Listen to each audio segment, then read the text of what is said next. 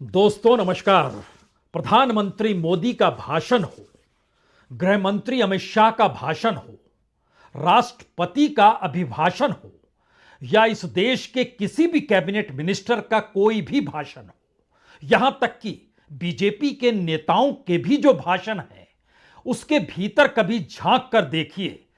वो अपने भाषण में जिक्र करते हैं कि इस देश में कितनी योजनाएं प्रधानमंत्री मोदी ने शुरू की और उन योजनाओं के तहत कितने करोड़ लोगों को लाभ हो गया। यानी लाभार्थियों की संख्या जो है वह करोड़ों में है। कमोवेश हर योजना के साथ उसका जिक्र खुलकर होता है। और यह परिस्थिति अगर एक साथ आप कागज पर लिखने लगिएगा तो हो सकता है आपके जहन में एक सवाल आ जाए, अगर इतना पैसा इस देश में अलग अलग योजनाओं के तहत बांटा गया और इतनी बड़ी तादाद में इस देश के लोगों को लाभ मिला, तब भी यह देश कहीं पर गरीब क्यों है? इस देश को अभी भी अंतर्राष्ट्रीय तौर पर विकासशील क्यों कहा जाता है? यह देश तो सही मायने में विकसित होना चाहिए, क्योंकि विकसित देशों में भी इतनी रकम बेरोजगारों को नहीं दी गई जितनी भारत में दे दी गई। इतनी रकम दुनिया के किसी भी देश में किसानों में नहीं बांटी गई जितनी आंकड़ों के जरिए सरकार बता देती है। यानी लाभार्थियों का आंकड़ा इस देश में उपलब्धियों के साथ सरकार की जुबान पर जिस तरीके से रेंगता है, उसकी वास्तविक जमीन क्या है शायद यह कोई नहीं जानता है। क्योंकि इस देश में तो 2021 में पता चल जाना चाहिए था कितनी आबादी है, उस आबादी में कितने शेड्यूल कास्ट हैं, शेड्यूल ट्राइब हैं, कितने ओबीसी हैं, कितने जनरल क्लास के लोग हैं, कितने माइनॉरिटीज हैं, और इन तमाम जगहों पर कितनी बड़ी तादाद में इस देश में गरीब लोग हैं, उनकी कितनी संख्या है नहीं पता है। 2021 के बाद 2025 आ चुका है लेकिन सेंसस हुआ नहीं है। इस देश में बेरोजगारी का आलम क्या है? इस देश के असंगठित क्षेत्र में कितने लोग जुड़े हुए हैं? उनको मिलने वाली औसत कमाई कितनी है? इस देश के भीतर महंगाई कितनी है और औसत कमाई से उनकी जिंदगी चल पाती है या नहीं चल पाती है? तो असंगठित क्षेत्र से जुड़ा हुआ कोई आंकड़ा सरकार के पास होना चाहिए। लेकिन 10 बरस उसमें भी बीत गए, कोई नया सर्वे सरकार ने किया ही नहीं। तो आखिरी आंकड़ा इस देश के पास 2015 का है जो असंगठित क्षेत्र की सामाजिक आर्थिक परिस्थितियों को बतलाता है। यानी 10 बरस पहले असंगठित क्षेत्र से जुड़े हुए मजदूरों की जो तादाद थी, बेरोजगारी की जो स्थिति थी, वो आंकड़ा 2015 का है। इस देश के भीतर कितने गरीब हैं, उन गरीबों की परिस्थितियां क्या है, इसका आंकड़ा 2011 का चले आ रहा है। यानी मौजूदा सरकार के पास सिर्फ अपनी उपलब्धियों का एक खाका है। हमारी टीम ने इस पे काम करना शुरू किया और समझना शुरू किया, वाकई सरकार जो पैसा अलग अलग योजनाओं में बांटती चली जाती है, वो पैसा किनके पास जाता है? वो पैसा जिनके पास जाता है, क्या वो वाकई अपने पैरों पर खड़े हो गए अगर वो बेरोजगार है? इस देश के भीतर में क्या वाकई जिनके पास पैसा जा रहा है या जिन्हें पैसा मिलना चाहिए इलाज के लिए, क्या वाकई उन्हें मिल रहा है? इस देश के कमोवेश हर क्षेत्र से जुड़ी हुई योजनाएं इस दौर में चल रही है। हर बजट में उसके लिए एक पैसा एलोकेट भी किया जाता है।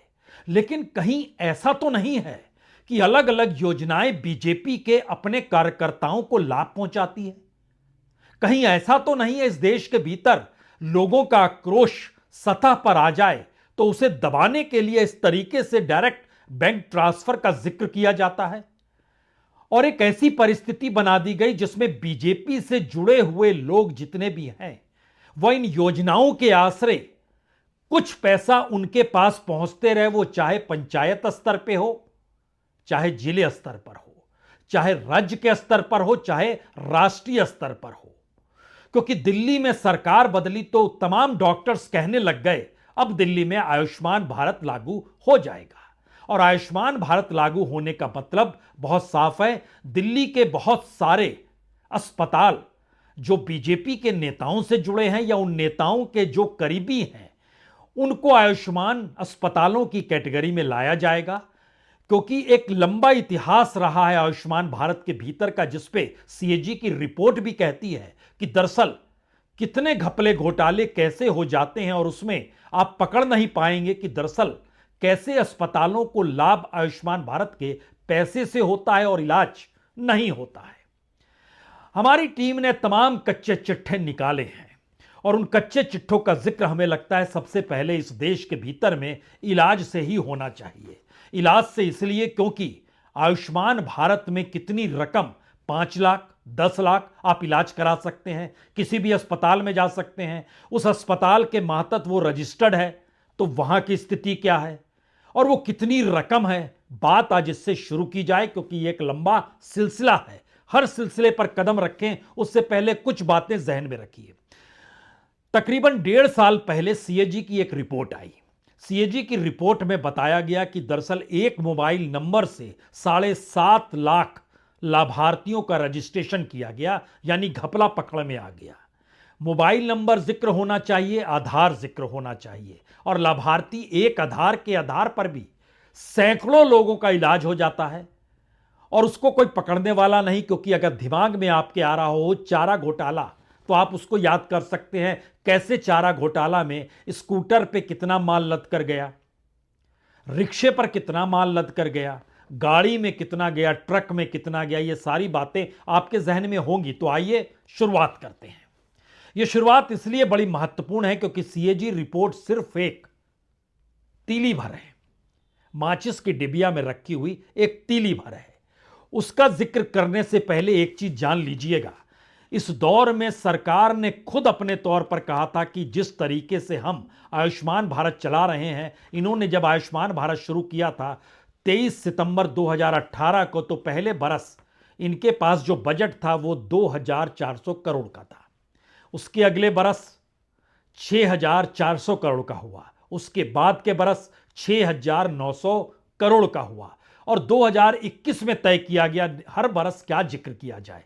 क्यों नहीं एक लंबा हिस्सा लेते हैं और 2026 तक का बजट 64,180 करोड़ जारी कर देते हैं, और बरस दर बरस काम होते रहेगा, यानी औसतन तकरीबन 10,696 करोड़ आयुष्मान भारत के तहत 2021 से 2026 तक चलते चला जाएगा।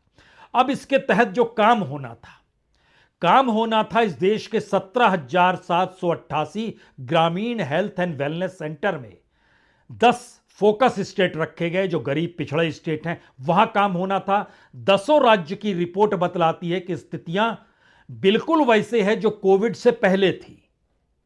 कोविड को बीच में हम इसलिए रख रहे हैं क्योंकि कोविड काल में पीएम केयर्स भी आया था, उसमें भी बड़ी तादाद में पैसा लिया गया, उसमें भी कहा गया अस्पतालों में बेड बढ़ जाएंगे, ऑक्सीजन लग जाएगी, तमाम बातें कही गई। उसको थोड़ी देर के लिए जहन में रखिए भर, क्योंकि कोविड काल के बाद 2021 में यह तय किया गया था और इसका टारगेट 2026 के मार्च तक का है। और अभी की स्थितियां बतला रही है जो हम आपके सामने पढ़ने जा रहे हैं, वो 2019 वाली स्थिति तमाम राज्यों में है। तो 17,788 ग्रामीण हेल्थ एंड वेलनेस सेंटर बनेंगे, नहीं बने। 11,024 शहरी हेल्थ एंड वेलनेस सेंटर होंगे, सभी राज्यों में नहीं हो पाए। 3,382 block public health unit 11 high focus state में होगी, नहीं हो पाई। इंटीग्रेटेड पब्लिक हेल्थ लैब बनेंगे देश के हर जिले में, जी हर जिले में। जो इंटीग्रेटेड लैब की जानकारी हमारी टीम ने हासिल की तो कहा कि तकरीबन इस देश में जो 700 प्लस जिले हैं, उसमें से जो इंटीग्रेटेड पब्लिक हेल्थ लैब है वो सिर्फ 55 जगहों पर है, 55 जिलों में है। और वो 55 जिलों में भी पहले से तय था, यानी पहले से बना था, इस बजट के पहले से। पैसा जा कहां रहा है सोचते चलिएगा। यह भी कहा गया कि क्रिटिकल केयर हॉस्पिटल ब्लॉक्स बनाए जाएंगे सभी जिले में, सिर्फ 37 जिलों में बन पाए, 700 से ज्यादा जिले हैं। क्रिटिकल केयर हॉस्पिटल्स 602 जिलों में जिक्र किया गया, यह स्टैब्लिश कर दिए जाएंगे। स्टैब्लिश हुए सिर्फ 12 जिलों में। अब सवाल यह है कि इन सब के तहत जो ऐलान हुआ था अलग अलग पैसों का, और खास तौर से क्रिटिकल केयर हॉस्पिटल को जैसे लीजिए, इसमें कुल पैसा लगना था 19,000 करोड़ रुपए। सेंटर को लगाना था 11,952 करोड़ रुपए, राज्यों को लगाना था 7,112 करोड़ रुपए। राज्य पैसा दे पाने की स्थिति में तो नहीं लग पाया। सेंटर ने कहा हम पैसा देते रहे लेकिन नहीं लग पाया। डबल इंजन की सरकार के भीतर भी नहीं लग पाया। तो लगा क्या और पैसा गया कहां? बजट में तो एलोकेट कर दिया गया था। इंटीग्रेटेड पब्लिक हेल्थ लैब 730 जिले, सभी जिलों में बनाने का जिक्र था और इसका कुल खर्चा आ रहा था 1,482 करोड़ रुपए। और माइन्यूटली देखिएगा तो 1,482 करोड़ और 60 लाख रुपए।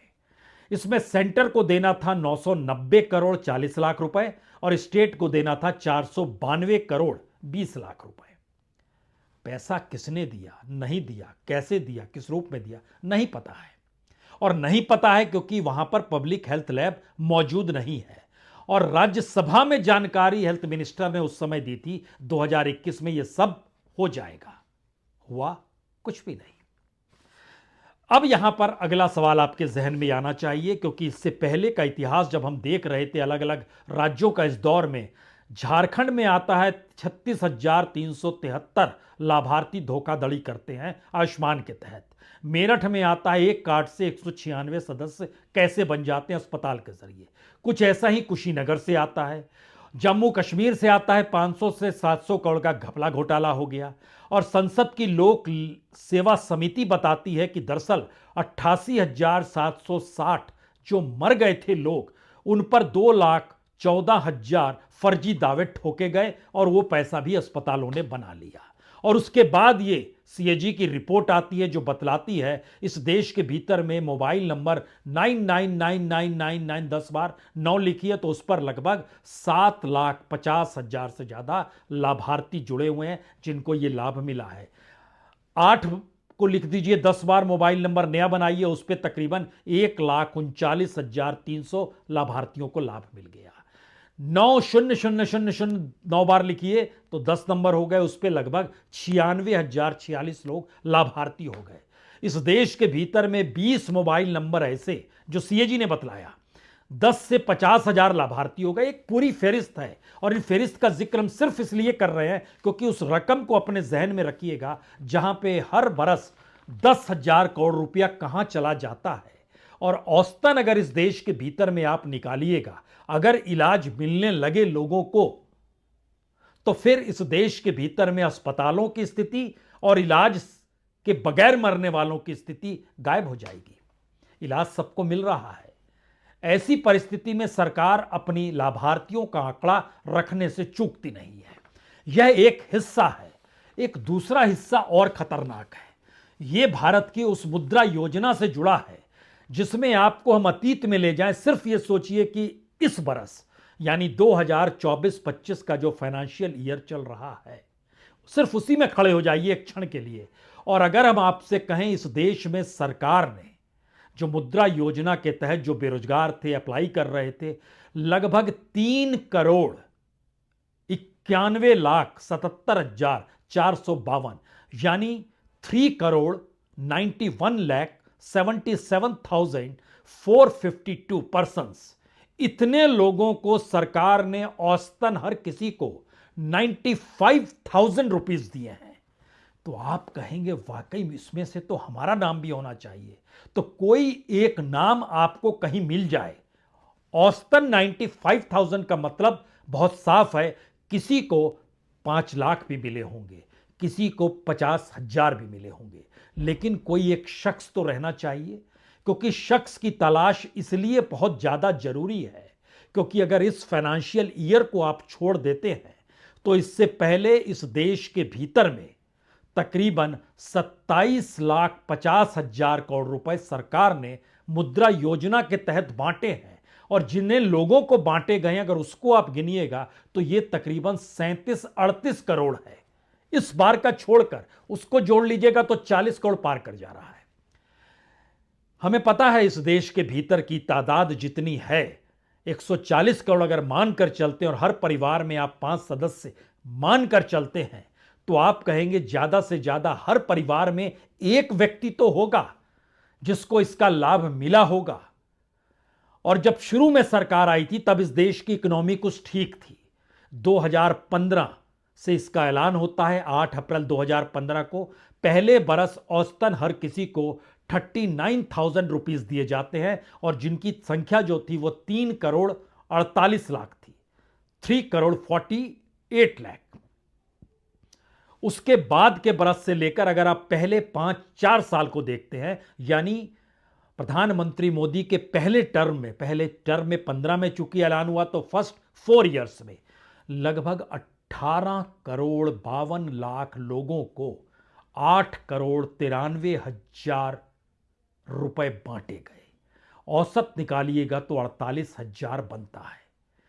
उसके बाद इस देश की इकोनॉमी बिगड़ने लगी और 2019 के बाद से सरकार आगे बढ़ती गई और औसतन हर के हाथ में 67,000 रुपए देने लग गई, क्योंकि कुल आंकड़ा 2019 से 2024 के चुनाव तक लगभग 19 करोड़ 95 लाख यानी तकरीबन 20 करोड़ रुपए बांटा गया है और इसका लाभ इस देश के भीतर में तकरीबन 30 करोड़ लोगों को मिला है और इस बरस में तो सबसे ज्यादा पैसा मिला है। तो क्या यह सरकार के जरिए एक ऐसा खेल है जिसमें बीजेपी के लोगों को पंचायत स्तर तक के लाभ पहुंचाने की स्थिति के लिए यह पैसा है, या इस पैसे के जरिए पॉलिटिकल गेम जो हो सकती है और उसकी एवज में सिर्फ यह बताया जाता है कितने लोगों को लाभ हो रहा है और बीजेपी का जो कार्यकर्ता, जो दुनिया की सबसे बड़ी पॉलिटिकल पार्टी है, उसके भीतर का भी गुस्सा उभर कर नहीं आए और पंचायत और गांव में रहने वाला